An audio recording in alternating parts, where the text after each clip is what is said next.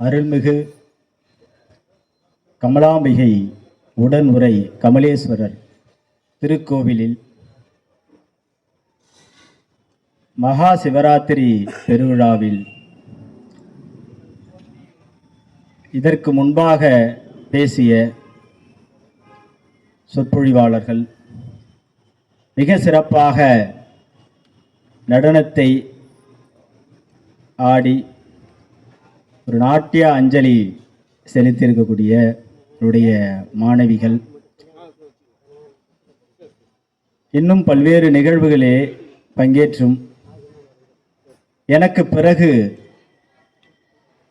பன்னிரு திருமுறை இன்னிசை நிகழ்வை மிக சிறப்பாக செய்ய இருக்கக்கூடிய தெய்வத்தமிழ் பேரவையின் பாடகர்கள் ஐயா பிரதாபன் உள்ளிட்ட அவருடைய குழுவினர், இந்த நிகழ்விலே பங்கேற்றிருக்கக்கூடிய அன்பர்கள், அருளாளர்கள், உங்கள் அனைவருக்கும் எனது முதற்கண் வணக்கத்தையும் தெரிவித்துக் கொள்கிறேன். நான் இங்கே வருவதற்கும் நான் இங்கே அமர்ந்திருப்பதற்கும் ஒரு காரணமாக இருக்கிற ஐயா ராஜா அவர்களும் மற்றும் இந்த கோயில் நிர்வாகத்தினர் உங்கள் அனைவருக்கும் எனது முதற்கண் வணக்கத்தையும் நன்றியையும் தெரிவித்துக் கொள்கிறேன். இந்த மகா சிவராத்திரி பற்றி எனக்கு கொடுக்கப்பட்டிருக்கிற இந்த தலைப்பு, மகா சிவராத்திரி என்பதன் உண்மை விளக்கம் என்ன? குறிப்பாக மகா சிவராத்திரி பற்றி பல்வேறு புராணங்களிலும் இதிகாசங்களிலும் பல்வேறு கருத்துக்கள் பேசப்பட்டிருக்கின்றன. அதைத்தான் நாம் பொதுவாக எல்லா இடத்திலுமே சொல்லிக் கொண்டிருக்கிறோம். உண்மையில் சிவராத்திரி என்பது எது, அதுக்குள் இருக்கிற மெய்மை என்ன என்பதை என்னுடைய எளிய அறிவிற்கு எட்டியவாறு உங்களோடு நான் பகிர்ந்து இருக்கின்றேன். அதற்கு முன்பாக சைவ நெறி, அதனுடைய காலம் என்பது ஒரு குறிப்பிட்ட காலத்திற்கு அடங்காதது. ஏனென்றால் இந்த சமயம் தொல் சமயம். மிக சமீபத்தில் அமெரிக்காவினுடைய ஒரு ஆற்றங்கரை ஓரத்தில் ஒரு சிவலிங்கம் கண்டெடுக்கப்பட்டது. அந்த சிவலிங்கத்தினுடைய காலம் என்பது 10,000 ஆண்டுகள் என்று சொல்கிறார்கள். அதற்கு முன்பு வரை நம்முடைய நவீன நாகரிகமாக இருக்கக்கூடிய சிந்துவெளி நாகரிகத்தில் சிவ வழிபாடு, லிங்க வழிபாடு என்பது நடைபெற்றிருக்கிறது. அதனுடைய காலம் என்றால் குறைந்தபட்சம் 3000 ஆண்டுகள் என்று சொல்கிறார்கள். ஆனால் இந்த 2000 ஆண்டுகள், இந்த 3000 ஆண்டுகள், இப்போ சமீபத்திலே கிடைத்த அந்த லிங்கத்தினுடைய காலம் 10,000 ஆண்டுகள் அப்படின்னு சொல்றாங்க. இந்த கால வரிசையில் பார்த்தீங்கன்னா சிவ வழிபாடு எப்பொழுது தோன்றியது? இந்திய துணைக்கண்டத்தில் பல்வேறு தத்துவங்கள், சமயங்கள், மதங்கள், நெறிகள் இருக்கின்றன. அதிலே நம்முடைய தென்னாட்டில் உதித்த சமயம்தான் நம்முடைய சைவ நெறி. இதனுடைய காலத்தை ஆய்வாளர்களுடைய கருத்தின்படி வரையறுக்க முடியாது என்று சொல்கிறார்கள்.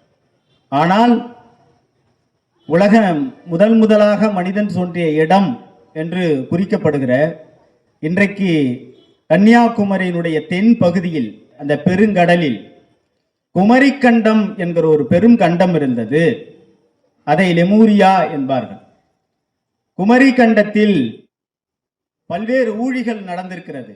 ஊழி என்றால் இந்த நிலப்பரப்பு கடலுக்குள்ளே போகிற பெரிய நிகழ்வு. அப்படி நிகழ்கிற அந்த ஊழி காலம் என்பது முதற் சங்கத்திலே தமிழ் வளர்க்கப்பட்டது. அந்த சபையில் இருந்த ஒருவருடைய பெயர் திரிபுரம் எரித்த விரிசடை கடவுள் அப்படின்ற ஒரு வார்த்தையை சொல்றாங்க. புலவனாக இருந்தது. இந்த திரிபுரம் எரித்த விரிசடை கடவுள் என்பவர் யார் என்றால் சிவனை குறிக்கிறது. அதே போல இன்றைக்கு தில்லை என்றால் நம்முடைய சிதம்பரத்தை குறிக்குது. இதற்கு முன்பு ஒரு தில்லை இருந்தது, அது இன்றைக்கு இல்லை, கடலுக்குள்ளே இருக்குது. அங்க தில்லை மாநகர் என்ற ஒரு நகர் இருந்தது. அங்கேதான் முதலாக நடராஜருடைய திருவுருவம், திருப்படிமம் அங்கதான் வடிவமைக்கப்பட்டது. தில்லை நகரத்தில் முதலாக நடராஜருடைய அந்த திருக்கோவிலில் ஒளி நடராஜர் என்கிற உலோகத்தில் செய்யப்பட்ட முதல் அந்த சிலை என்பது மயன் என்கிற மாமுனிவனால் வடிவமைக்கப்பட்டது. இன்றைக்கும் பல பேருக்கு நடராஜர் சிலை இருக்குது. அது எங்க யாரு படைக்கப்பட்டாருன்னா, அது நிறைய பேர் புராணங்கள்ல பல கடவுள்களை சொல்லுவாங்க. உண்மையிலே அந்த நடராஜருடைய சிலை வடிவமைக்கப்பட்டது யாரால் வடிவமைக்கப்பட்டது என்றால், குமரி கண்டத்திலே வாழ்ந்த மயன் என்கிற இறையாளரால் உருவாக்கப்பட்டது. அவர்தான் அதற்கு முன்பாக 30,000 ஆண்டுகளுக்கு முன்பாக ஒரு பெரிய ஊழி நடந்தது. ஊழி என்றால் அழிவு. இந்த பெரிய கடல்கோள் ஒரு பெரிய நிலப்பரப்பை அழித்தது ஒரு பகுதியிலே. அப்பொழுது தமிழருடைய எல்லா மறை நூல்கள் எல்லாம் அழிக்கப்பட்டன, கடலிலே மூழ்கப்பட்டன, திருக்கோயில்கள் எல்லாம் அதுக்குள்ளேக போனது. நம்முடைய கட்டடக்கலை, ஓவியக்கலை, ஜோதிடக்கலை, வானியல் கலை, இப்படி எல்லா கலைகளும் அழிக்கப்பட்ட அந்த ஊழியில் மீண்டு வருவதற்கு இறைவன் மயன் என்கிற மாமுனிவனுக்கு இந்த கலைகளை அருளினான் என்பது செய்தி. நிலதெரு பாண்டியன் என்கிற மன்னன் அவன் ஆட்சி பண்றான். அந்த காலகட்டத்தில் தான் இந்த மயன் என்கிற மாமுனிவனால் மீண்டும் எல்லாம் இறையருளால் வழங்கப்பட்டு பல்வேறு நூல்களை, கிட்டத்தட்ட 12 முதன்மையான நூல்களை எழுதினார். இன்றைக்கும் சொல்லுவார்கள், ஒரு சிற்பத்தை எப்படி வடிக்க வேண்டும், ஒரு ஓவிய கலைகளுக்கும் தச்சு கலைக்கும் மூலவர் யார் என்று கேட்டால் நீங்க எல்லாரும் என்ன சொல்லுவீங்க? பொதுவா இன்றைக்கு அவருடைய ஆசான் யார்? இன்றைக்கு அவருடைய தெய்வத்தை போய் பாருங்க. அந்த தெய்வம் என்பது யார்? அந்த மூலவர் யார் என்றால் அவரே மயன் என்கிற மாமுனிவர். அவர்தான் சிற்ப சாஸ்திரத்தை வகுத்தார். அவர்தான் வானியல், ஜோதிட கலை உள்ளிட்ட பல்வேறு கலைகளை அவர்தான் எழுதினார். கிட்டத்தட்ட 12 நூல்களை, பழங்கால நூல்களை எழுதினார். நான் சொல்லுகிற காலம் கிட்டத்தட்ட 15,000 ஆண்டுகளுக்கு முன்பு. எரியப்பட்ட அழிக்கப்பட்ட நகரத்திற்கு பிறகு ஒவ்வொரு கூடியாக நடக்கிறது. நம்முடைய காப்பியத்தில் முதன்மையான காப்பியாக இருக்கக்கூடிய சிலப்பதிகாரத்தில் இதற்கான பதிவு இருக்கிறது. வட நாட்டிலிருந்து ஒரு மன்னன் பட்டிமன்றம் ஒன்றை அமைக்கிறான். அப்படி ஒரு பெரிய ஆட்சி கட்டுறான். அப்ப கட்டும் பொழுது அவன் சொல்றான், இது மயன் வழியிலிருந்து நான் கற்றது என்ற விஷயத்தை சிலப்பதிகாரத்துல பதிவு செய்யறான். அப்ப ஏன் இதெல்லாம் நான் சொல்கிறேன் என்றால், இதற்கு முந்தைய இருக்கக்கூடிய சிவ வழிபாடு என்பது உலகம் முழுவதும் இருக்கிறது. இப்படி பல்வேறு, இது மட்டும் இல்லை, உலகத்தில் பல்வேறு பகுதிகளில் இந்த சிவ வழிபாடு நடந்ததற்கான கூறு இருக்கிறது. எனவே இவ்வளவு பண்பட்ட இந்த இனம், இந்த இந்த இந்த இதுக்கு ஒரு பெரிய ஹிஸ்டாரிக்கல் பேக்ரவுண்ட் என்று சொல்லுவார்கள். ஒரு வரலாற்று வழியிலே நமக்கு இருக்கக்கூடிய ஒரு பெரிய ஒரு மரபு இருக்கிறது. அதற்கு பிறகு சங்ககாலம் வருது. சங்ககாலத்தில் ஆலமர செல்வன் என்ற பெயரெல்லாம் இருக்கிற முக்கண்ணனார், ஆலமர செல்வன், அப்படி ஆதிரையான் என்ற பெயரெல்லாம் இருக்கிறது. இதெல்லாம் சிவனுக்குரிய பெயர்கள்.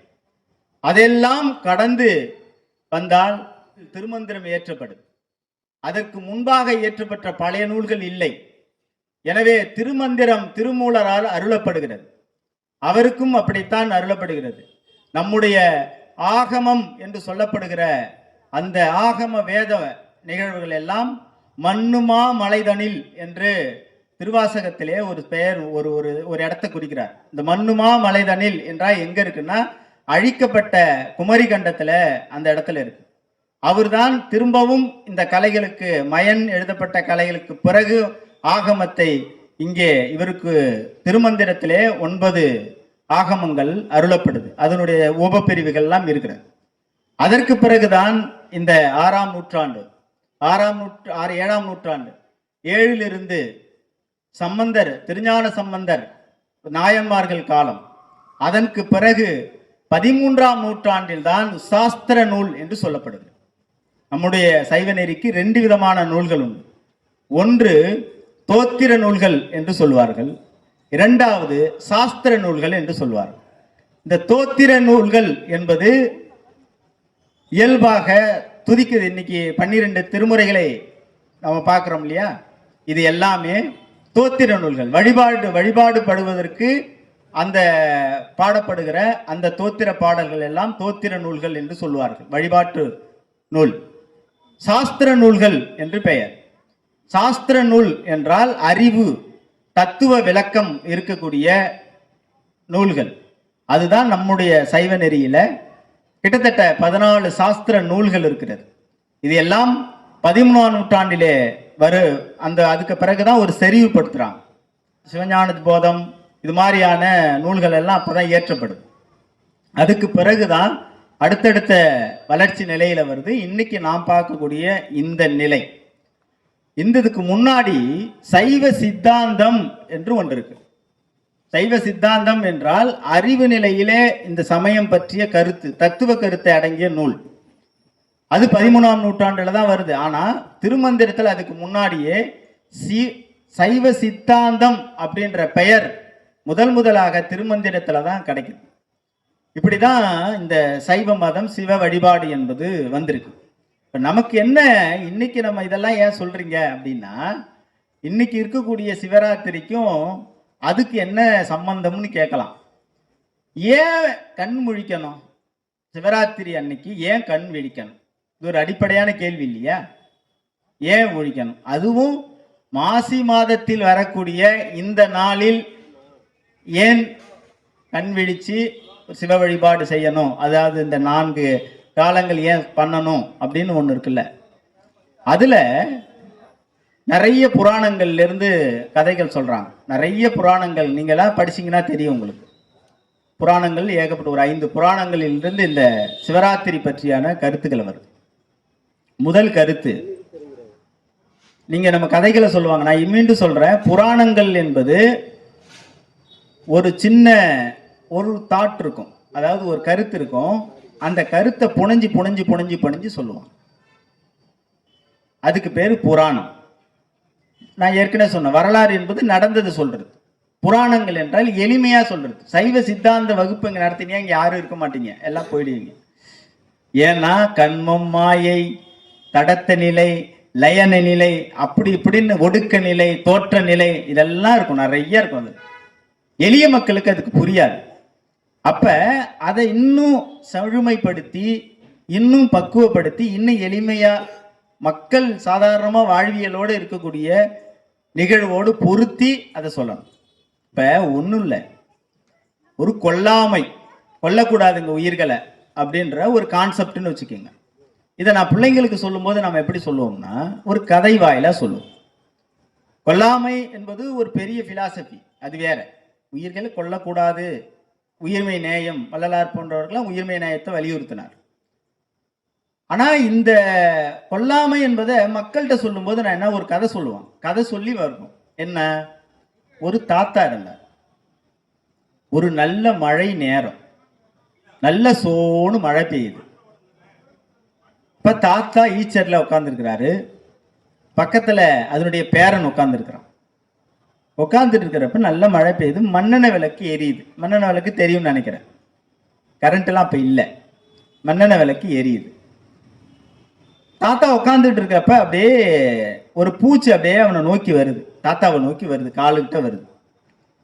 உடனே இந்த பையன் என்ன செய்யறான், எடுத்து அந்த பூச்சியை அடிச்சிடறான். அடிச்ச உடனே அந்த பூச்சி இறந்து போச்சு.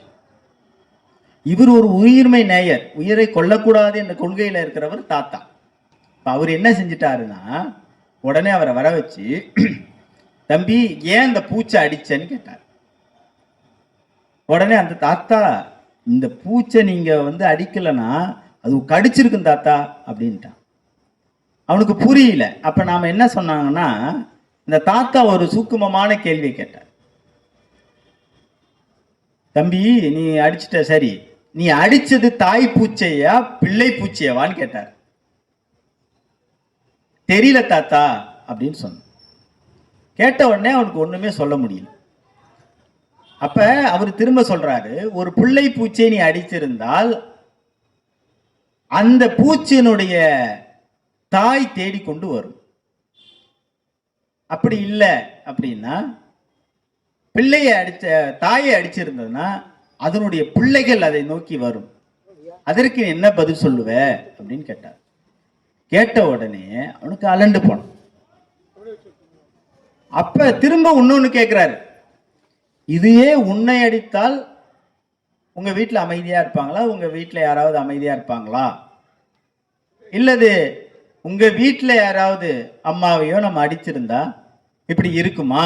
என்ன நினைப்ப அப்படின்னு சொன்னவனே அந்த பையன் துடிதுடிச்சு போய், ஐயா அவ தாத்தா, நான் இனிமே எந்த உயிர்களையும் கொல்ல மாட்டேன் அப்படின்னு ஒரு ஸ்டேட்மெண்ட் சொன்ன. இப்ப இது ஒரு சின்ன கதை. இப்ப இந்த கதையில அந்த தாத்தா மகன் என்பதெல்லாம் சும்மா ஒரு மாய் ரோல் இல்லை அவங்களுக்கு.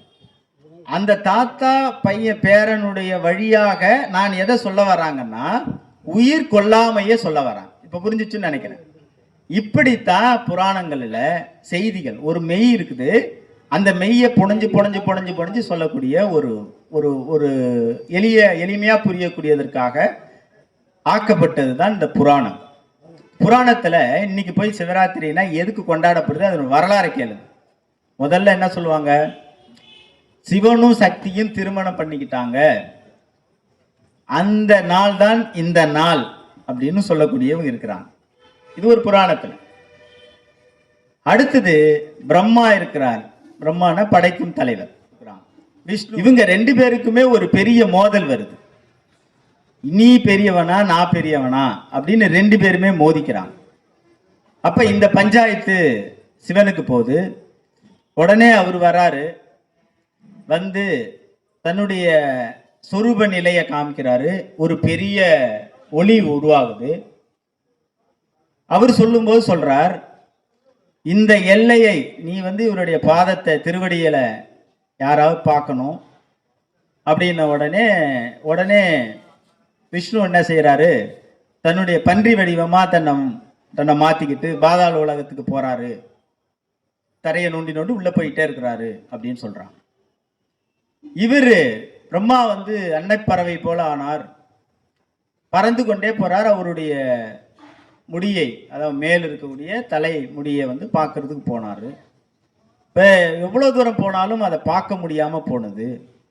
இப்போ ரெண்டு பேருமே, இவரும் போறாரு, பன்றி வடிவில் எடுத்த விஷ்ணு உள்ள போறாராம், அவரால் பார்க்க முடியல அவருடைய திருவடியை. பிரம்மன் பறவை போன்ற ஒரு தன்னுடைய உருவம் மாற்றிக்கொண்டு பறக்கிறார் பறக்கிறார் பறக்கிறார் பறக்கிறார் பறந்துக்கிட்டே இருக்காரு, தவிர அசதியில அவர் ஒண்ணுமே சொல்ல முடியலாம் போயிடுச்சு. கடைசி வரைக்கும் பார்க்க முடியல. இப்ப ரெண்டு பேருமே பார்க்க முடியாத ஒரு சொரூபமாக இருக்குது. எனவே இந்த நாள் நிகழ்ந்தது இந்த சிவராத்திரி தான் அப்படின்ற இன்னொரு புராணம் சொல்லு. இன்னொரு புராணத்துல சிவராத்திரி ஒண்ணு வருது. சிவனுக்கு திருநீலகண்டன் அப்படின்னு ஒரு பேர் உண்டு. அதனுடைய வழியிலிருந்து பண்றான். அதுல விஷ்ணு புராணத்துல இதெல்லாம் வருது. என்ன வருது, அதாவது அசுரர்களுடைய ஆதிக்கம் அதிகரிக்க அதுக்கு ஒரு பெரிய கதை சொல்லுவாங்கன்னு வச்சுக்கோங்களேன். அதை வந்து இவங்க சாகாத வரத்தை பெறுவதற்கு என்ன செய்யணும்னு கேட்ட உடனே ஒரு பெரிய மலையை அந்த கடலில் பார்க்கடலை இறக்கி மத்து மாதிரியும், வாசுகி என்ற பாம்பை கயிறாகவும் திரிச்சு, அந்த பக்கம் அசுரர் இந்த பக்கம் தேவர்கள் என்று இரு பக்கமாக அதை இழுத்தார்கள். அதில் தேவம், அதான் அமிர்தம் வந்தது. அமிர்தம் மட்டும் வரல, அதில் விஷமும் வந்துச்சு.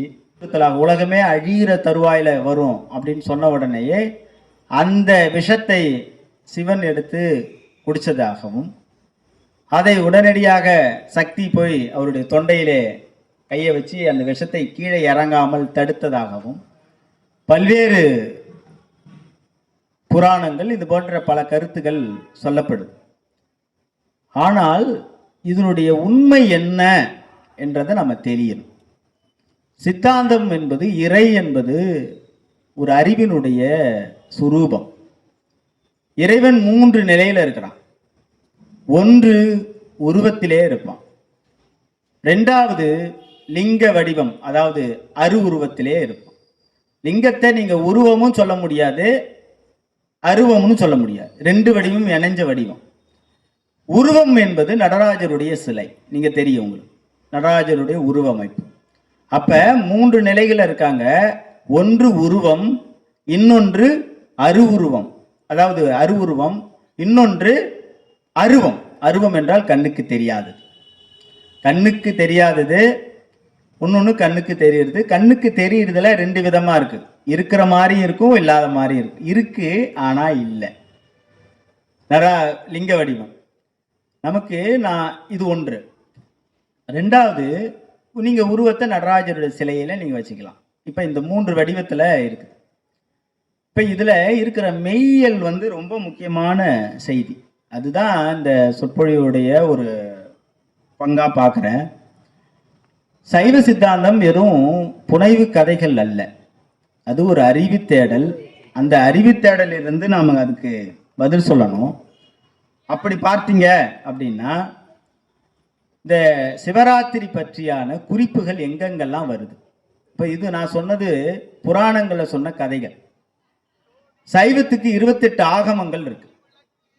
இந்த 28 ஆகமத்தில் எந்த இடத்துல சிவராத்திரி பற்றிய குறிப்பு இருக்குது அப்படின்னு நம்ம கேட்கலாம். அதே போல இதுவரையில் சிவராத்திரி பற்றி சொல்லக்கூடிய நூல்கள் என்னென்ன அப்படின்னா, அதுல முதன்மையானது 2 நூல். அந்த நூல் உத்தரகாமிக ஆகமம் அப்படின்னு ஒரு ஆகமம் இருக்கு. அதுல சிவராத்திரி பூஜை நடைமுறை பற்றி ஒரு பேரா வருது, 11வது படலத்துல இருக்கு. அது எந்த மாசி மாதத்தில் சதுர்த்தியில் வரக்கூடிய இரவு சிவராத்திரி அப்படின்றது குறிப்பு இருக்கு. இது ஒண்ணு. 2வது, இன்னொரு முதன்மையான நூல். அந்த நூலுக்கு பேரு சிவரகசிய கண்டம் அப்படின்னு ஒரு நூல். அந்த நூல்ல தான் இது பத்தி, சிவராத்திரி பற்றி ஒரு பெரிய குறிப்பு இருக்கு.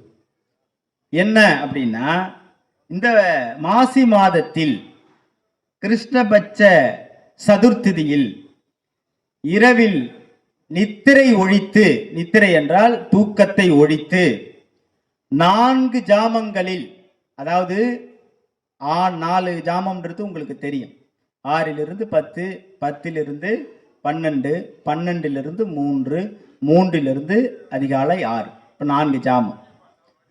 இதுல விழித்திருந்தா அப்படின்னு சொல்லும் போது அவங்க சொல்றாங்க, இருந்தீங்கன்னா மகேஸ்வரர், அதாவது சிவலிங்கத்தில் வீற்றிருக்கக்கூடிய மகேஸ்வரனை பூஜை செய்வதே சிவராத்திரி அப்படின்னு நமக்கு நூல்கள்ல சொல்லக்கூடிய செய்தி.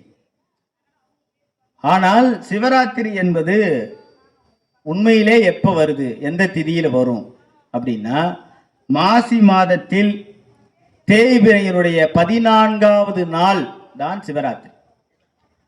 சிவராத்திரி என்பது ஒரு சிவராத்திரி இல்லை, இது மகா சிவராத்திரின்னு பேர். இப்ப இன்னைக்கு நாம இருக்கிறது மகா சிவராத்திரின்னு பேர். இதுக்கு முன்பாக 4 சிவராத்திரிகள் இருக்கு. மொத்தமா 4 சிவராத்திரி. நமக்கு மகா சிவராத்திரி தான் அது பெரிய சிவராத்திரின்னு நம்ம சொல்றோம். அதுல இந்த 4 சிவராத்திரியில் சிறப்புக்குரியது என்றால் இந்த 4, இன்னைக்கு முதல் சிவராத்திரி என்பது எப்படின்னா, ஒவ்வொரு நாளிலும், அதாவது ஒரு நாள் வருது போதில்ல, ஒவ்வொரு இரவிலும் 4 ஜாமங்கள், அதாவது 6லிருந்து அடுத்த நாள் 6 வரையில் இருக்கக்கூடிய ஒரு நிலைக்கு பேரு, அதுவும் சிவராத்திரி தான்.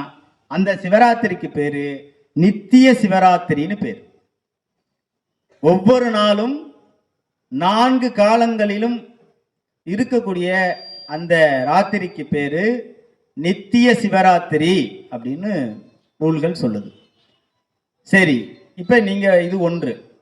2வது, மாதம் மாதம் வரக்கூடிய சிவராத்திரி, அது உங்களுக்கு எல்லாருக்கும் தெரியும். 3வது சிவராத்திரி இருக்கு. அந்த சிவராத்திரிக்கு பேரு அது எப்போ வரும் அப்படின்னா மாசி மாதத்தில் பிரதமாதி சிவராத்திரி அப்படின்னு பேர்.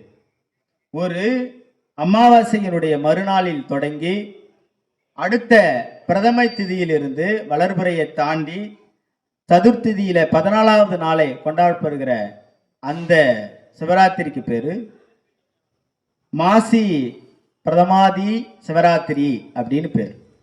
இந்த 3 சிவராத்திரி வந்துருச்சு. இப்ப நாம சொல்லக்கூடியது இப்ப இன்னைக்கு மகா சிவராத்திரி. இந்த 3ம் பொது. இன்னைக்கு இருக்கிறது இல்ல, இந்த இடம் இன்னைக்கு இருக்கக்கூடிய சிவராத்திரி சிறப்பு.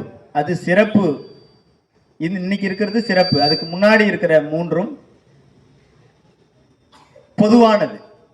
நீ ஒவ்வொரு நாளிலும் இல்லைனாலும் அடுத்த மாதத்துல நீங்க ஒரு நாள் சிவராத்திரி முடிக்கலனாலும் மாதத்துல கடக்கலாம், அதை கடைபிடிக்கலாம்.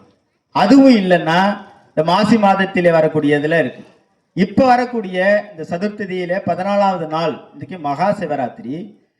இந்த இடத்துல தான் ஏன் இந்த சதுர்த்திதியில வரணும் அப்படின்றதுக்கு ஒரு முக்கியமான காரணத்தை சித்தாந்தம் முன்மொழியுது.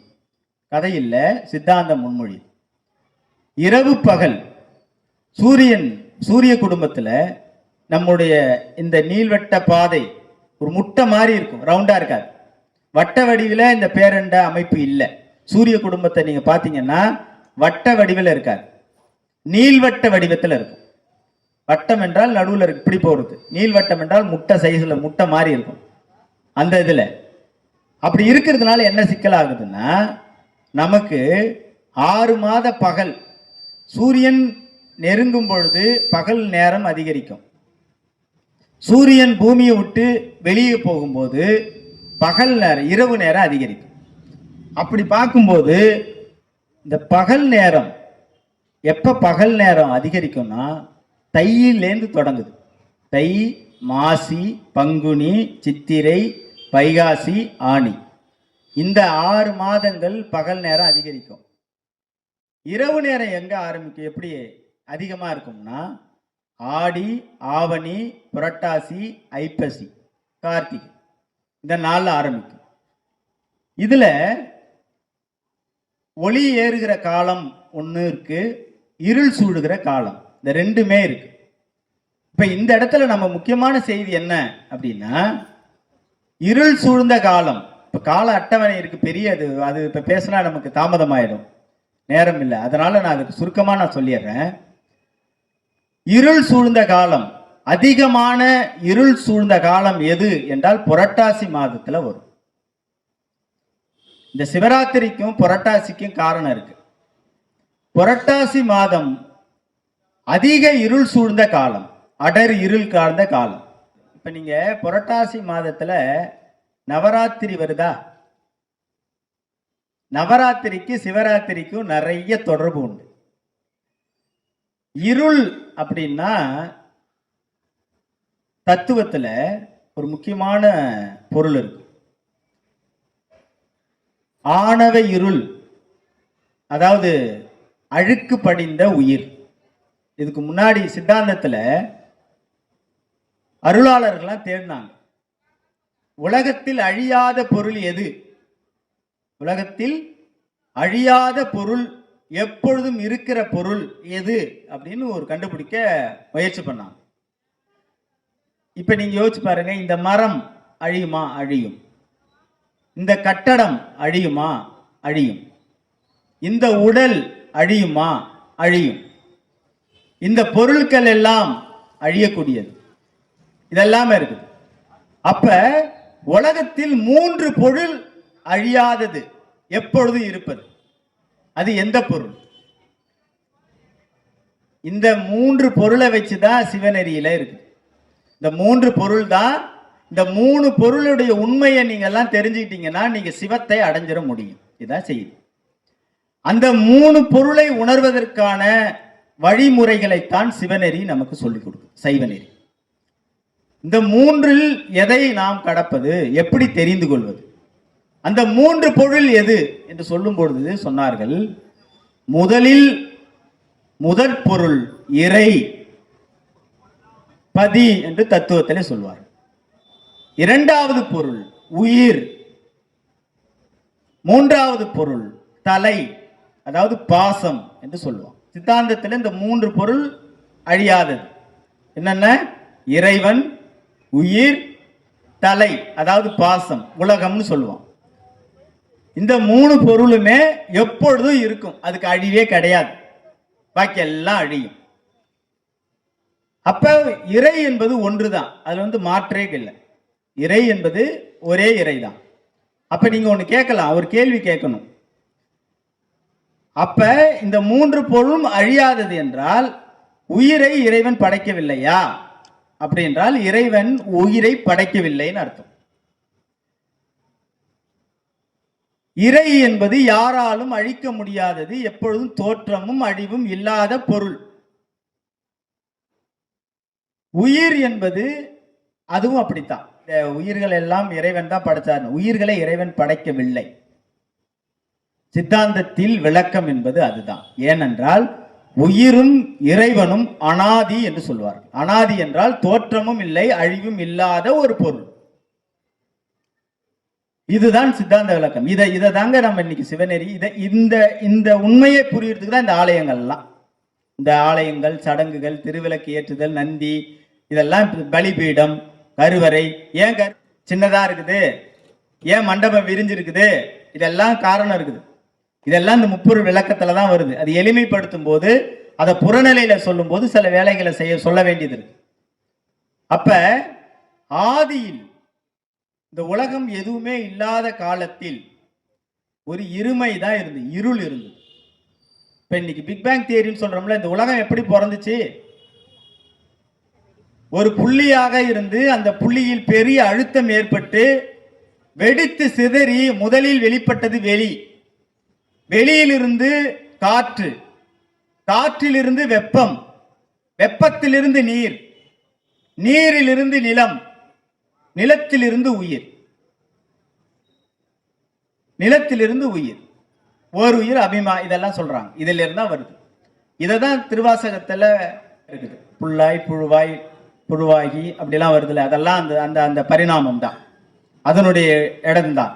இப்ப நமக்கு என்ன அங்க ஒரு விஷயம் இருக்குன்னா, ஆதியில ஒரு இருள் இருந்துச்சு, அப்போ ஒரு உயிர் இருந்துச்சு. உயிர்ன்றா நம்ம நினைக்கிற மாதிரி இந்த மாதிரி உடலோட வைக்காதீங்க. உடல் அற்ற உயிர். உடல் வேறு உயிர் வேறு. உயிர் உடல் இல்லாத இருந்த காலம் ஒரு இருமையில் இருந்தது. நான் ஏன் இருள் இருள் என்று சொல்றேன்னா அதுக்கு காரணம் இருக்குது. ஏன் இந்த நைட்டுல நம்ம கண்ணு விழிக்கணும் அப்படின்றதுக்கும், இருள் என்று ஆணவ இருள் என்று தத்துவத்துல சொல்லப்படுவதற்கும் காரணம் இருக்குது. இரண்டுமே ஒரு பொருள்மையில இருக்குது. ஏண்டா இருட்டா இருக்கு அப்படின்னா அங்க நீங்க விளக்கம் இல்லாம இருக்குதுன்னு அர்த்தம். விளங்காம இருக்குது. வெளிச்சத்துல எல்லாமே விளங்கும். நான் ஒரு பெரிய வெளிச்சத்தை பார்த்தேன் அப்படின்னா எனக்கு விளங்கிருச்சுன்னு அர்த்தம். இருள் என்பது அறியாமையை குறிப்பது, வெளிச்சம் என்பது அறிவை குறிப்பது. இந்த ரெண்டுமே இருக்கு. இந்த உடலற்ற உயிர் இருக்கு, அது ஆணவத்துல மாட்டிக்கிச்சு. மாட்டிக்கிட்டு வெளியே வர முடியாம தவிக்குது. அப்ப இறைவன் என்ன செய்யறான்னா, இறை சிவம் அவனுக்கு அந்த உயிரை அந்த இருள மாட்டிக்கிட்டன்னு தெரியாம இருக்குது. எல்லா உயிரும் அப்படிதான் சிக்கிக்குச்சு. அதுல தெளிந்த சில உயிர் இருக்கு. ஆஹா, நம்ம இதுல மாட்டிக்கிட்டோமே, அப்ப நம்ம இதுல இருந்து தப்பிக்கணும் அப்படின்னு சில உயிர்கள் நினைக்குது. அப்ப அந்த நினைக்கிற உயிர் இருக்கு பார்த்தீங்களா, அந்த உயிர்களுக்கு இறைவன் மாயை என்ற தத்துவத்தின் வாயிலாக 36 தத்துவங்களை உள்ளடக்கிய இந்த உடம்பை கொடுக்கிறான். இந்த இடத்துலதான் ஒரு உயிர் உடலாக வருது. அது வரையில உருவமே கிடையாது, இதுல இருந்துதான் வருது. அப்ப இந்த உருவம் எடுத்துருச்சு இந்த உயிர். இதுக்கு பிறகு என்னங்க நடக்கணும் அப்படின்னா, இன்பத் துன்பங்களை அனுபவிக்கணும். இன்பத் துன்பங்களை அனுபவிச்சு கடைசியா என்னங்க போகணும்? செத்து போகணுமா? அப்படி இல்லை. வேற எந்த உயிருக்கும் இல்லாத ஒரு பேரறிவு நமக்கு படைக்கப்பட்டிருக்கு. அந்த பேரறிவின் பெயர் மனம். எந்த உயிருக்கும் அந்த இருக்குல்ல. 6வது அறிவு எது என்று நம்ம கேட்கும்போது என்ன சொல்லுவாங்க? பகுத்தறிவுன்னு. பகுத்தறிவுலாம் கிடையாது. பகுத்தறிவு எல்லா உயிருக்கும் பகுத்தறிவு இருக்கு. ஒரு தொட்டாசி நீங்க இலை இருக்குல்ல, தொட்டாசி நீங்க எடுங்க, உங்கள் வீட்டில் போய் ஒரு கப்பில் போட்டு வளங்க, அதை தடவி தடவி கொடுங்க. நீங்கள் மட்டும்தான் தொடணும், வேற யாரும் தொடக்கூடாது. தொடும் பொழுது ஒரு மாதத்துக்கு பிறகு நீங்கள் அந்த தொட்டாசினிங்கியை தொட்டால் சுருங்காது. அதுக்கு தெரியும் என்னன்னா இது நம்மவர், இது நம்ம ஆளு, இவரால எனக்கு உயிரில் எந்த பாதிப்பும் இல்லை அப்படின்னு அந்த உணரக்கூடிய ஆற்றல் ஓரறிவு தாவரமான தொட்டாசினிங்களுக்கு உண்டு. எல்லா உயிர்களுக்கும் பகுத்தறிவுகிற அறிவு உண்டு. ஒரு நாய் ஏதாவது சாப்பிட்டுருச்சு அப்படின்னா செரிமான பிரச்சனை வரும். நம்மளை மாதிரி அது போய் டாக்டர்கிட்ட போய் பார்க்க முடியாது. அதுக்கு அது ஒரு இலையை தேடி அதை சாப்பிடும். சாப்பிட்டதுக்கு பிறகு அந்த ஜீரண கோளாறு, அந்த வாமிட்டு எடுக்கிறது அதெல்லாம் சரியாகும். அதுக்கு தெரியும். அப்ப எல்லா உயிர்களுக்கும் அப்படிதான். ஒரு பட்டாம்பூச்சி சொல்லிக்கிட்டே இருக்கலாம், அவ்வளவு செய்திகள் இருக்கு. ஒரு பட்டாம்பூச்சியுடைய தொடக்க நிலை எப்படி இருக்குன்னு பாருங்க. அப்படியே ஒரு புழுவா இருக்கும். ஒரு புழு அதிலிருந்து தன்னுடைய ஒரு உமிழத்தை உமிழும், அதுக்குள்ள அதை பொருத்திக்கும். பொருத்தி ஒரு 15 நாள் கழிச்சு வரும் பொழுது அது சிறகு விரித்த வண்ண பட்டாம்பூச்சியா வருது. எல்லா உயிர்களுக்கும் அந்த அறிவு உண்டு. இப்ப மனிதனுக்கு ஏன் இந்த 6வது அறிவு பற்றிருக்க இருக்கு அப்படின்னா அதுதான் மெயின். ஏன்னா இது சிவத்தை அடைவது தான். சிறப்பு என்றாலே சிவத்தை அடைவது, சிவத்தை அடைந்து அந்த பேரின்பத்தை அடைவது, அந்த இன்பத்தை குறிப்பதற்கு பேர் தான் சிறப்பு அப்படின்னு தமிழ்ல அந்த சொல் இருக்குது. இப்போ ஒரு உயிர் பிறந்துருச்சு, ஊழி காலத்துல வருது, திரும்ப வந்து அந்த சிவத்தை அடையணும். அடையும் பொழுது இங்கதான் செய்தி இருக்கு. சிவம் ஒடுங்கி இருக்கிற காலம், கண்ணுக்கு தெரியாத சிவம் என்கிற மெய்ப்பொருள் இருக்கு, ஒடுக்க நிலையில இருக்குது. இந்த ஒடுக்க நிலையிலிருந்து உலகம் பிறக்குது. உலகம் பிறக்கு வரும் பொழுது சக்தியோட இணையுது. சக்தி இணையும் பொழுது இந்த உலக பிறப்பு நிகழுது. இதான் உலக பிறப்பு நிகழக்கூடிய சித்தாந்தம் சொல்லக்கூடிய செய்தி. ஆற்றல் லயநிலை என்று சொல்லப்படுகிறது. ஒரு தெய்வத்தும் ஒரு சிவம் எப்படி இருக்கும்னா அருவூர்வமாக இயக்கத்தில் இருக்கும். அது கண்ணுக்கு தெரியாது. அது கண்ணுக்கு தெரிகிற மாதிரி இந்த உலக படைக்கிறதுக்கு ஒரு சக்தியை பயன்படுத்துது. அதுதான் சிவம் சக்தின்னு சொல்றோம்ல. அதான் சக்தியினுடைய அந்த கூட்டின் வாயிலாக படைக்குது. இந்த சக்தி படைக்கிற படைப்புல தான் 36 தத்துவங்கள் பிறந்துருச்சு, முடிஞ்சிருச்சா? இதுக்கப்புறம் உடல் வந்துருச்சு. இந்த உடல் வந்ததுக்கு பிறகு இந்த உடல் அடைய வேண்டிய அடைவு இருக்குல்ல, விடுதலை இருக்குல்ல, அந்த விடுதலை எது என்றால் சிவத்தை அடைவது. இது ப்ராசஸ் 3. ஒன்று ஒடுக்க காலம், ஒடுங்கி இருக்கிற காலம். 2வது அந்த உலகம் சிவம் வந்து வெளிப்படுகிற காலம், சக்தியோடு வெளிப்படுற காலம். இந்த காலத்துல படைக்கப்படுது, அற்புதங்கள் நிகழ்த்தப்படுது. இதுக்கு 36 தத்துவம் இந்த ஏரியா தான் 2வது ஏரியா. 3வது ஏரியா படைச்சதுக்கு பிறகு ஒடுக்கிற காலம், சிவத்தை அடைகிற நிலை. 3 நிலைங்க. இந்த 3 நிலை எங்க தெரியுமா தொடங்குது? எல்லா பொருட்களையும் சிவம் என்கிற லயநிலை, ஒடுக்க நிலையில் ஒடுங்கி இருக்கிற காலம் புரட்டாசி மாதம். ஞாபகம் வச்சுங்க, செய்தி. புரட்டாசியில் வானியல் நிகழ்வுபடி அதிகமான இருள் சூழ்ந்த மாதம் என்பது புரட்டாசி மாதம் தான். அந்த காலம் ஏன் இருள் சூழ்ந்த காலமாக இருக்கிறது என்றால் இந்த உலகத்தில் இருக்கிற எல்லாவற்றையும் அடக்கி ஒடுக்கி இருக்கிற ஒடுக்க காலத்தில் இருந்துதான் சிவம் இருக்குது. புரட்டாசி மாதத்தில் அது கொஞ்சமா வெளிப்படுது. நவராத்திரி விழா என்றால் நீங்க எல்லாம் எதை சொல்லுவீங்க? சக்திக்கு விழா எடுக்கிறீங்களா? 10 நாள் விழா எடுக்கிறோமா? நவராத்திரியினுடைய சிறப்பு என்பது சக்தி வழிபாடுதான். நாம் நினைக்கிற போற பராசக்தி என்றால் 10 கைகள் இருப்பது அல்ல. சக்தியினுடைய வேறுபாடு, ஆற்றலுடைய வெவ்வேறு களத்திலே அந்த சக்தி பின்னி பிணைது, ஒன்றோடு ஒன்று வருது. இச்சா சக்தி, மாயாசக்தி என்றெல்லாம் இருக்கும்ல, அதெல்லாம் என்னது? பராசக்தி, ஆதி பராசக்தி அப்படின்னா என்ன அர்த்தம்? அந்த உலகம் பிறப்பு நிகழும் போது பல ஆற்றல்கள் வெளிப்படுது. நாம் என்ன நினைக்கிறோம், சராசக்தி என்றால் 10 கை இருக்கிறதா பராசக்தி நினைக்கிறோம். அது குறியீடு. நவராத்திரியில் தான் இந்த ஒடுக்க நிலையிலிருந்து சிவம் என்கிற மெய்ப்பொருள் வெளிப்படுகிற காலம். வெளிப்படுகிற பொழுது சக்தி வடிவத்தில் தான் வெளிப்படுது. அதனாலதான் புரட்டாசி என்பது அதீத அடர்த்தி இருள் அதிக இருக்கிற காலமா அது குறிக்கப்படுது. இதுதான் தொடங்குது. நவராத்திரியில் தொடங்கி சிவராத்திரியில் முடிகிற காலம் இது. ஒடுக்கம் இருளில் தான் இருக்குது. புரட்டாசி, ஐப்பசி, கார்த்திகை, மார்கழி வருது. இந்த இடத்துல பாத்தீங்கன்னா இருள் கொஞ்சம் கொஞ்சம் கொஞ்சம் கொஞ்சமா விலகுகிற காலம். தைப்பூசம், அதாவது தையில ஒளியேற்றுகிற காலம். தைப்பூசத்தை ஏன் வள்ளலார் சத்தியஞான சபையில ஒளியேற்றுறாங்க? ஞானசம்பந்தர் ஒரு எலும்பை கொண்டு பூம்பாவா என்ற பெண்மணியை உயிர்த்தெழ வைத்தது என்றைக்கே தைப்பூச திருநாளில் தான். ஏன் தைப்பூசத்தில் தீப ஒளியை காட்டுறாங்க அப்படின்னா, இந்த ஒளி ஒடுக்கப்பட்ட அந்த சிவத்திலிருந்து கண்ணுக்கு தெரியாத நிலையிலிருந்து வெளிப்பட்டுக்கிட்டே வருது. இருளில் இருந்து ஒளி நோக்கி வந்துகிட்டே இருக்குது. ஒளி காலம் என்பது ஒளிர்கின்ற காலம் எது என்றால் தை மாதத்துல நம்ம நிறைவு பெறும். இப்ப காலையில வெயில் அடிக்குது, அது பகல் தான். காலையிலிருந்து 6 மணியிலிருந்து மாலை 6 மணி வரையில் பகல் தான். அதுல ஒன்றும் மாற்றம் இல்லைல்ல.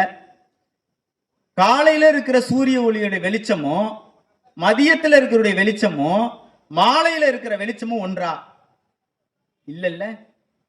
அதனுடைய தன்மை வெவ்வேறாக இருக்கு. சூரிய ஒளி இருளில் இருந்து இருளை விலக்கி விலக்கி விலக்கி விலக்கி சூரியன் வெளியே ஒளி வருது, ஒளி மேல வருது. மதியம் 12 மணிக்கு உச்சத்துல இருக்குது, ஒளியினுடைய உச்சத்துல இருக்கு. பிறகு ஒளி மங்குது மங்குது மங்குது மங்குது, திரும்ப இருளில் ஆழுது, ஒடுங்குது. ஒடுக்கத்திலிருந்து திரும்ப மேல வருது, விரிதல் சுருங்குதல், இதெல்லாம் நடக்குது. இப்ப நமக்கு செய்திக்கு தான் இறுதி செய்தி. புரட்டாசியில் இருள் சூழ்ந்த ஆணவ இருள் சூழ்ந்த ஒரு உயிர் வெளிப்படுகிற காலம். அந்த இருள் இருந்து கொஞ்சம் கொஞ்சம் கொஞ்சமா வெளியில வருது. வந்து கொஞ்சம் கொஞ்சம் கொஞ்சமா சிவராத்திரி புரட்டாசியிலிருந்து தொடர்ந்து வழிபாடு நடக்கும் பாருங்க. மார்கழி மாசம் ஏன் காலையில எந்திரிக்க சொல்றாங்க? ஏன் சொல்றாங்க? நெருங்க போது ஒளிக்கு கிட்டக்க வந்துட்டு நீ வழிபட்டுக்கிட்டே இரு.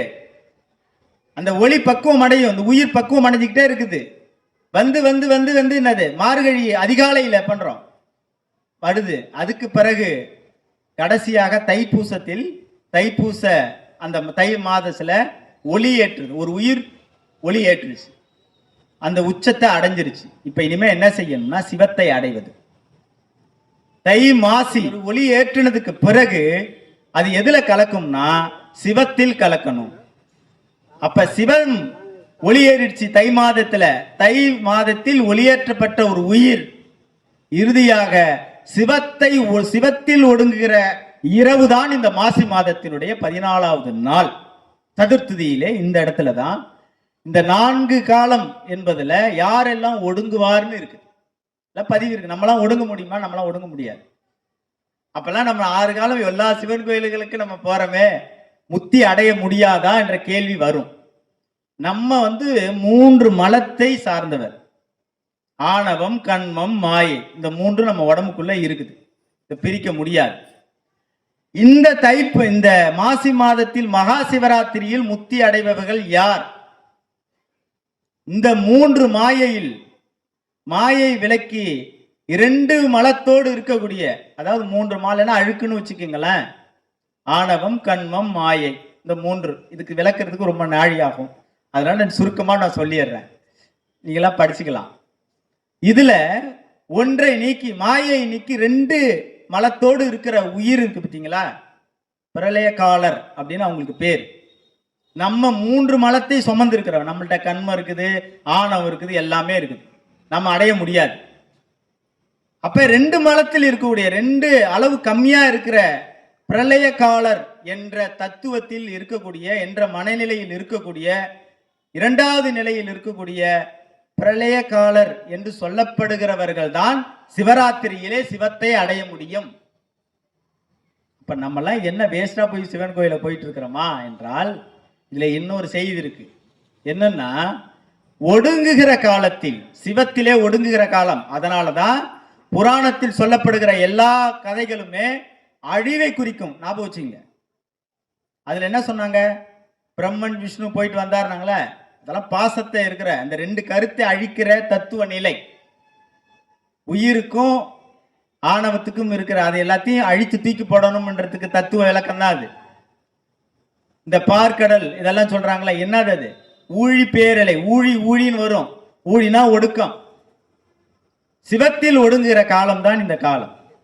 அப்ப இந்த இரவில் நாம் கண் விழித்து இந்த ஒடுக்க காலத்தில் சிவத்தை வணங்குகிற பொழுது, அதுவும் குறிப்பா லிங்க வழிபாடு தான் வைக்கணும். ஏன்னா அதுதான் அந்த வடிவத்துல தான் அது இருக்கு, அருவுரு வழிபாடு. இப்ப நீங்க செய்யும் பொழுதுதான் அதுல இந்த பிறப்பின் எண்ணிக்கையை குறைக்கிறதுக்கு தான் நம்ம சிவன் கோயிலுக்கு போயிட்டு இருக்கோம். வேற ஒண்ணும் இல்லை. நாம இன்னும் பக்குவப்படுவதற்கு நிறைய பணிகள் இருக்குது. பக்குவமடைந்த ஆன்மாக்கள் இன்றைக்கு சிவத்தை அடையும். ஒடுக்கத்துல நிக்குது இன்னைக்கு சிவம். சக்தியும் உள்ளிட்ட சக்தி தான் எல்லாத்துக்கும் சொல்றோம். சக்தியையே உள்ள வச்சுக்கிட்டு இந்த இரவுல சிவம் உன்னுடைய லயல நிலை, ஒடுக்க நிலையில இருக்கக்கூடிய இரவு தான் இந்த இரவு. இந்த ஒடுக்க நிலையை நாம் வணங்குகிற பொழுது நமக்கு பிறப்பினுடைய எண்ணிக்கை குறை. நிறைய பிறப்பெடுத்துட்டு இருக்கே மாட்டோம். அப்படின்றது தான் சித்தாந்தத்தில் சொல்லக்கூடிய விளக்கம். எனவே இந்த விளக்கத்தின் வாயிலாகத்தான் நாம் சொல்லக்கூடியது சிவ வழிபாடுகள் என்பது. அதை எப்படி நம்முடைய மலத்தை, நம்முடைய ஆணவத்தை, கண்மத்தை தீர்ப்பது என்றால், மனதில் பொய் சொல்லாம இருக்கணும். முதல்ல குவாலிட்டியா தான். மனத்துக்கண் மாசில நாதல் அனைத்து அரண் ஆகுல நீர பிற, திருக்குறள். ஏனென்றால் இருக்கிறதிலே முதன்மையான அறம் என்பது பொய் சொல்லாமல் இருப்பது, மனதை தூய்மையாக வைத்திருப்பதுதான் ஆகச்சிறந்த அறம். அதை நீ ஒழுங்கில்லாத மற்ற பணிகளை நீ செஞ்சினா அதெல்லாம் ஆடம்பரம் அப்படின்னு சொல்றார். மனத்துக்கண் மாசில நாதல் அனைத்தரன் ஆகுல நீரப்பிற, இதுதான் தத்துவம். அப்ப சக மனிதர்களை சமமாக பார்ப்பது, எல்லா உயிர்களையும் தம் உயிர் போல எண்ணுகிற போன்ற அறத்தை நாம் பின்பற்றுகிற பொழுதுதான் இந்த மாயையிலிருந்து சரணாகதி என்று சொல்லுவோம். நாம் ஒன்றும் இல்லை. ஒரு துளி, ஒரே ஒரு துளி நீரை உங்களால் உற்பத்தி செய்ய முடியுதா? இல்ல. ஒரே ஒரு துளி நீரை நம்மளால உற்பத்தி செய்ய முடியுதா? உன்னை கேட்டுதான் மழை பெய்யுதா? இந்த உன்னை கேட்டுட்டு தான் இந்த கோள்கள் சுத்துதா? இதெல்லாம் ஒண்ணும் இல்லை. இப்ப நாம் என்பது ஒன்றுமே இல்லை. நான் என்ற ஒன்றை அழிப்பது தான் சிவராத்திரியினுடைய சிறப்பு. இந்த ஆணவத்தை நாம் அழிச்சிட்டோம்னா நாம் எளிமையாக சிவத்தை அடைய முடியும் என்பது தான் இந்த சிவராத்திரியில் சொல்லக்கூடிய உண்மையான விளக்கம். எனவே அந்த விளக்கத்தை நாம் உள்வாங்கி எல்லா உயிர்களையும் தம் உயிர் போல் என்கிற அறத்தையும், சக மனிதர்களை உதவுதல், நமக்கு என்ன வாய்ப்பு இருக்கோ, நமக்கான என்ன தகுதி இருக்கோ அந்த வகையில் பலருக்கு அறங்களை செய்து எல்லா உயிர்களையும் தம் உயிர் போல் என்கிற அறத்தை பின்பற்றுவதுதான் சிவத்தை அடைவதற்குரிய கடைசியான ஒரே ஒரு வாய்ப்பாக இருக்கும். இது இல்லாத பட்சத்தில் வெறும் சட்டு சடங்குகள் எல்லாம் சிவத்தை அடைய முடியாது என்பதுதான். மனதிலிருந்து எடுத்து தூக்கி போடணும். 1000 கோயிலுக்கு போயிட்டு மனசுல அழுக்கு வச்சுக்கிட்டு இருந்தா நீ எப்படி சிவத்தை அடைவ? கோயிலுக்கு போயிட்டு கும்பிட்டுட்டு போகலாம், அதுல ஒரு உருக்கம் வரும். அந்த உருக்கத்திலிருந்து நீ அடுத்தடுத்த ஸ்டேஜுக்கு போயிடணும். சிறப்பை ஏற்றுக்கொள்வதற்குத்தான் இந்த சிறப்பு நாள்களை நம்முடைய முன்னோர்கள் அருளாளர் வைத்தார்கள். இந்த நாளையாவது, மற்ற நாள்கள் தான் பாவம் செய்யற, குறைஞ்சபட்சம் இந்த நாளையாவது நம்ம போகணும். விரதம் சொல்றோம்ல, விரதம்னா பட்டினி கிடக்கிறது நம்ம நினைச்சிட்டு இருக்கிறோம். பட்டினி கிடக்கிறது இல்ல, காப்பதே விரதம். அவை வாக்கு. புறநிலையிலிருந்து நாம் ஏற்றி வைத்த சிறப்பை புறநிலையில எந்த சக்தியும் அழிக்க முடியாமல் காப்பதுக்கு பேர் தான் விரதம். நம்ம ஊர்ல என்ன சொல்லிட்டு இருக்கிறோம்? சாப்பிடாம கடந்து மயக்கடிச்சு போறது தான் விரதம்னு நினைச்சிட்டு இருக்கிறோம். மாசத்துக்கு 10 விரதம் இருக்கிறோம். அதுல இல்ல, பயன் இல்லை. மன தூய்மை தான் அடிப்படை. மன தூய்மையிலிருந்து தான் இறைவன் இருக்கிறான். உள்ளம் பெரும் கோயில், ஊன் உடம்பு ஆலயம், வல்லற் பிரானுக்கு வாய் கோபுரவாசல், தெல்ல தெளிந்தாருக்கு ஜீவன் சிவலிங்கம், கள்ள புலன் ஐந்தும் காளா மணி விளக்கே அப்படின்றார். அப்ப நீ ஒழுக்கமா நீ பொய் சொல்லாம இருந்தா, பாரதி சொல்வான், உள்ளுக்குள் அதாவது உள்ளத்தில் உண்மை இருந்தால் வார்த்தையில் ஒளி உண்டாகும். ஒருவன் தூய்மையாக இருக்கிறவன் ஒருவன் சொன்னா பலிக்கும். உள்ள தூய்மைதான் அடிப்படை. அன்பு வைக்கணுங்க. அன்பு இல்லாதது அன்பே சிவம். அன்பே சிவம். அதுதானே அன்பின் வழியது உயிர்நிலை. நம்முடைய திருக்குறள், அன்பு செலுத்தாத மனம் பிணத்துக்கு சமம். அதானே இந்த உடல் உள்ளம் ஒரு பெரும் கோயில். நீ எங்கேயும் போய் ஓடாத, உள்ளுக்குள்ளே ஒரு பெரிய ஆலயம் இருக்கு. இது பாழடைஞ்சு இருக்குது. பொறாமை, பொச்சரிப்பு, பொய், இப்படியான அழுக்கான அழுக்குகள் படிந்த ஒரு உள்ளத்திலே ஒரு பெரிய திருக்கோயில் இருக்கு. அந்த திருக்கோயிலை வாய்மை ஒழுக்கம் என்பது பெயரால தான் சுத்தம் செய்யணும். நீ அப்படி சுத்தம் செஞ்சாதான் உள்ளுக்குள்ள ஆலயம் உங்க உடம்பே ஆயிடும். அதனாலதான் அதுதான் நம்முடைய அருளாளர்கள்லாம் சொல்றாங்க. இந்த கோவில் திருக்கோயில் இருக்குன்னா இந்த திருக்கோயிலுக்களுக்கு எல்லாமே நம்ம உடம்ப வச்சுதான். எல்லாமே கருவறை என்பது எது எங்க இருக்குது? இங்கதான் இருக்குது. எல்லாம் உடல் வாங்குதான் திருக்கோயில்கள். வேற எங்க இருக்குது? 36 தத்துவங்கள் நம்ம வேடி ஓடுறோம், எங்கெங்கே ஓடுறோம், எங்கெங்கே திருக்கோயில் ஓடுறோம். ஒங்கி இல்லை, நம்மள்கிட்ட தான் இருக்குது. இறைவன் பெரிய பேரான்மா, அதாவது பரமாத்மா என்று சொல்வார்கள். நமக்கு சின்ன ஆத்மா, நம்ம சின்னது, நமக்கு சிற்றறிவு. இறைவன் பேரறிவாளன். அதிலிருந்து சாரம் நமக்கு இருக்குது. நம்ம இந்த அழுக்கை நம்ம நீக்கிட்டோம்னா நம்ம சிவத்துக்கு அடைஞ்சிடலாம். இதான் செய்தி.